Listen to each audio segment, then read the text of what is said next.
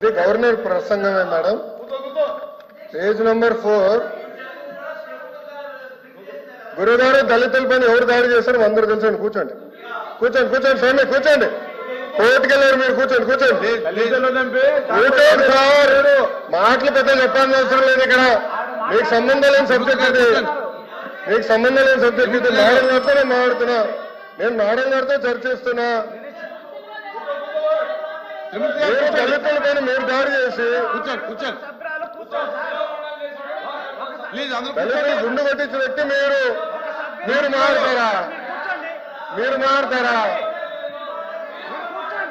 మీరు మారుతారు అధ్యక్ష?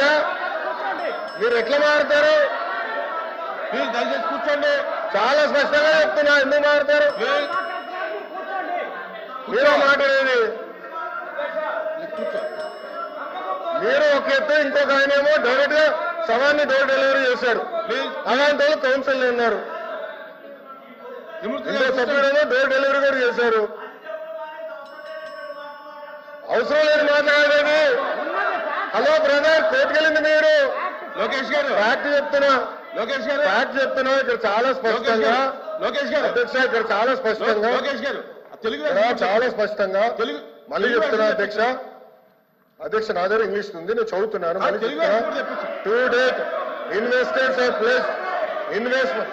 అరే ఇంగ్లీష్ మీడియం అని పొద్దు నుంచి ఊదరగొట్టారు. ఇంగ్లీష్ మీడియంలో చెప్తున్నారు అబ్బాయి. మీ సబ్జెక్ట్ లేరు. ఇంగ్లీష్ మీడియం గురించి ఊదరగొట్టారు కదా పొద్దున. మళ్ళీ ఇంగ్లీష్ మీడియం చదవలేరా? అరే పొద్దున ఇంగ్లీష్ మీడియం అన్నారు. అరే ఇంగ్లీష్ లో చెప్తే భయపడతారు. ఏ భాషలో చెప్పాలి బాబాయ్? గవర్నర్ గారు చదివింది ఇంగ్లీష్ లో. మీరందరూ బైకాట్ చేయకుండా కూర్చుని ఉంటే బాగుండేది. అరే అది కాదు బాయ్, ఇంగ్లీష్ మీడియం చదవకూడదా? ఇంగ్లీష్ లో ఉందని చెప్పకూడదా? అరే మీరే ఇంగ్లీష్ మీడియం అని పెద్ద ఊదర కొట్టారు. నేను స్పీచ్ ప్రిపరేషన్ వెళ్ళినప్పుడు ఒక సబ్జెక్ట్ చేసి ఇంగ్లీష్ మీడియం ఎత్తేస్తున్నామని కూడా మాట్లాడారు. మరి ఎట్లా బాయ్?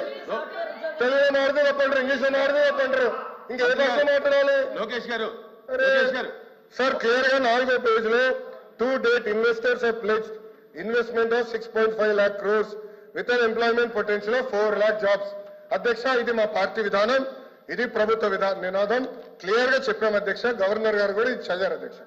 దయచేసి మేడం గారు గుర్తుపెట్టుకోవాల్సిందిగా కోరుతున్నాం.